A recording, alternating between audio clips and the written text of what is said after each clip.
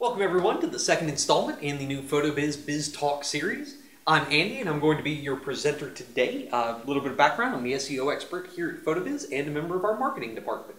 And today we're going to look at blogging strategies that work. Note, this is not a guarantee and some assembly will be required on your part. Okay, since I am the SEO expert here, let's start with SEO. Now you'll notice today I've devoted this much space to SEO in our whiteboard, and there's a good reason behind that. If your entire purpose in blogging is to boost your SEO, don't. You're doing it wrong, it's not going to help, and you're going to end up spending a lot more time than you're going to get benefit from this. Now, in terms of SEO, there are three things we look for when you're blogging. The first is going to be your Google Plus authorship. What this means is it includes a rel equals author in the code of each of your blog posts that is tied directly to your Google Plus profile. If you don't have a Google Plus profile, do it now. Literally, pause the video, go to the URL right here, and set up a profile. It will help you in the long run. A little bit annoying, but get it done. I'll wait. Okay, now everybody should be back with us. Hopefully you paused the video and didn't just let me talk over. Next thing we look at is added content. Every time you make a new blog post, that's more text on your website for Google to crawl. Therefore, it's more content keywords that are going to boost your ranking. But again, if that's all you're thinking about, your posts are not going to do well. The last thing we look at for SEO is increased engagement. Well, that's an easy thing to say, but it's really hard to do. So what we're going to look at next is how to engage your audience.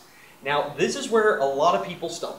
You know, they know that a blog is good for your SEO, and they want to get started, they want to help out their business, but they're just not sure how. So, how do you engage your audience? Well, one of the best ways is to write for your audience. I can tell you how I would write a post for the PhotoBiz corporate blog, but that's not going to do you any good because you are our audience, not your customers. And what works for us, what you want to know about isn't always the same thing. So know your audience, ask them, use analytics, find out some demographic information, but write for your audience in a style that they want to read. Next thing is write about topics that matter. Now, this can be topics that matter to your customers, or it can be topics that matter to you. But whenever you're covering a topic that matters, your writing is going to be better, and people are going to be more inclined to read it because they care about it. Okay, this one is one of my favorites. Add a touch of personality to your posts. I host the webinars here, and if you've ever heard me do a webinar, you'll know that there are certain things that I always say. They tend to be a little bit more relaxed, and honestly, they incorporate a lot of bad puns. But that's what I find humorous. That's what I include. And yes, it may not work all the time, but you're more likely to get good engagement if I can feel your personality coming through, rather than feeling like I'm reading a textbook. Okay, this next one is really for photographers a lot, and that's create a narrative. Everybody likes to post their most recent work. This is the session we shot last week. This is the wedding we shot over the weekend. Well, that's all well and good, but if you give me a story to go along with that wedding, how the weather was horrible, but you still got these great shots because, or how this family was the greatest family you've ever worked with, even if you have to fudge the details a little bit, having a narrative to your blog post is going to keep people more involved and engaged because they can keep track of what's happening in your story in their minds. Okay, this one seems to get forgotten a lot. When you're typing up your blog post, when you're getting it ready, make sure it's formatted for people. And what I mean by that is you really want to avoid long walls of text and long walls of images because that's not how people read and digest content. If you think about a magazine or a newspaper, there's always some breakup, whether it's a dual column with a large quote in the middle, or if it's a large banner image with the text below it. Add some variety. It gives people something to look at, and it avoids them going glazy-eyed because you're asking them to read too much or there's too many images in a row. And finally, often after they've read the post they came for, it's only the titles of your other posts that are going to get them to go deeper into your blog. So use titles that grab people's attention. So, you know, if we're going to have titles, we obviously have to have topics. So over here, we're going to look at how you come up with topics for your posts. Okay, obviously, what you've been doing. Now, this can be in your work or in your personal life. Although with the personal life, you always want to try to tie it back into work. If you've just taken a wonderful vacation to the tropics and you're a photographer, share with people, one, why this was such a great vacation and how it helped you improve your ability to do X.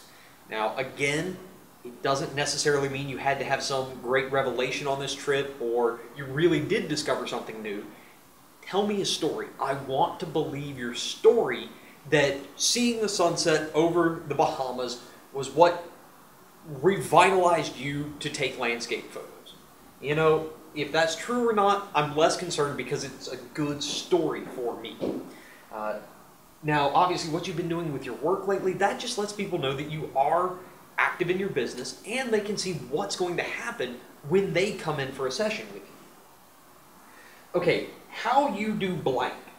Now, what I mean by this is how you do some part of your business that either sets the standard or sets you apart from other people. You know, other businesses that are competing for the same clients. So it can be how you do an on-location session, how you do a newborn portrait session that makes you unique and why I should spend my money with you. Okay, this one's a little bit riskier, but still worth it, your take on it. Now, this is you either as a person or as a business owner explaining your stance on a topic. Again, we come back here to Topics that matter. So we want to know how you feel about something that involves all of us. Now, again, you might rub some people the wrong way, but generally it's better to have an engaging topic where you can stand by what you say rather than just going along with the flow and, you know, regurgitating the 200-word article you saw on the internet this morning. Okay, this one is actually my favorite way. A lot of websites use this. Crack.com is particularly famous for this, but it's word salad adjectives. And what we do is we just make up a list of some adjectives that describe us. Because this is a little bit nebulous, what I've done is I've given you an example here, and I've used myself. Okay, so I'm a father, I'm an SEO, I play paintball, and for this instance, I will be a photographer as well. If you've ever seen me do a photography shoot, you'll understand why I do SEO.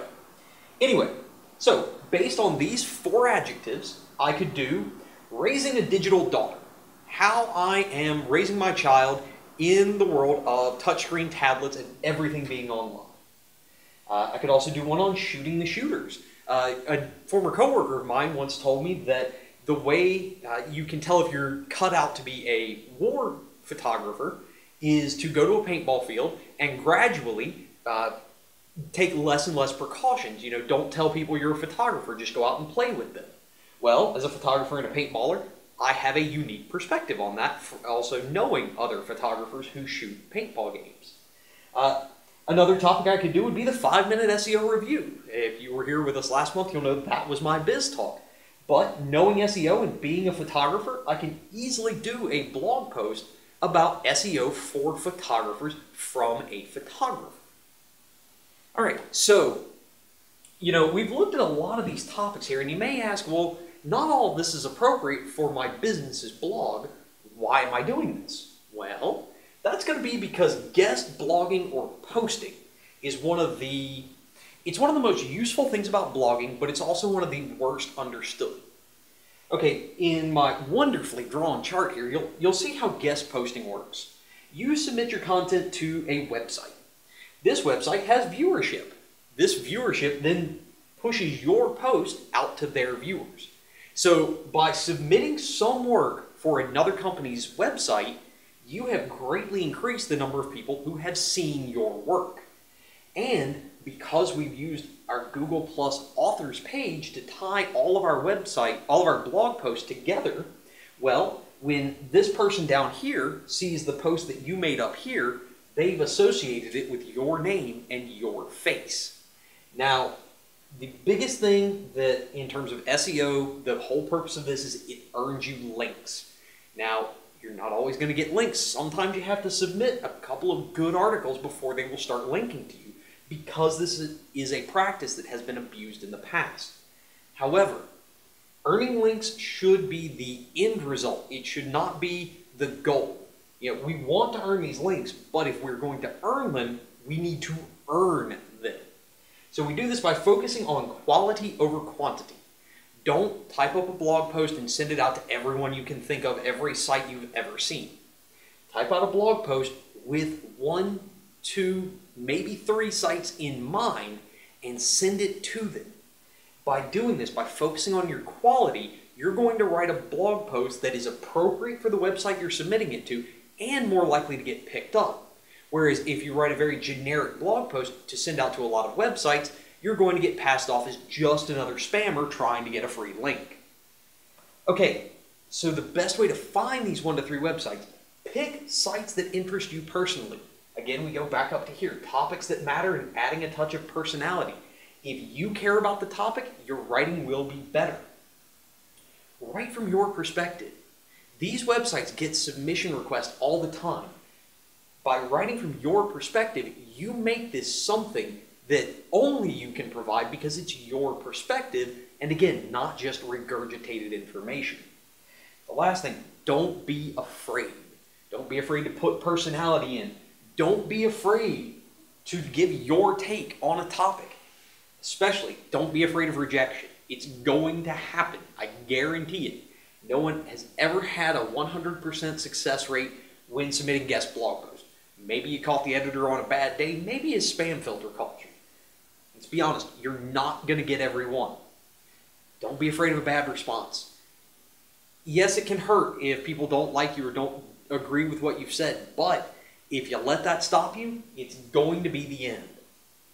All right, everybody, that's what we have for you today about blogging. As always, if you have questions, send them to webinars@photobiz.com. Always looking for new ideas for BizTalks and webinars. And if you have questions, especially about this, be sure to call our support team. Numbers below me right now. If you're not a PhotoBiz customer and you're watching this, that's a wonderful reason to sign up with us. You can call us. All right, everybody, have a great day. I'll see you later.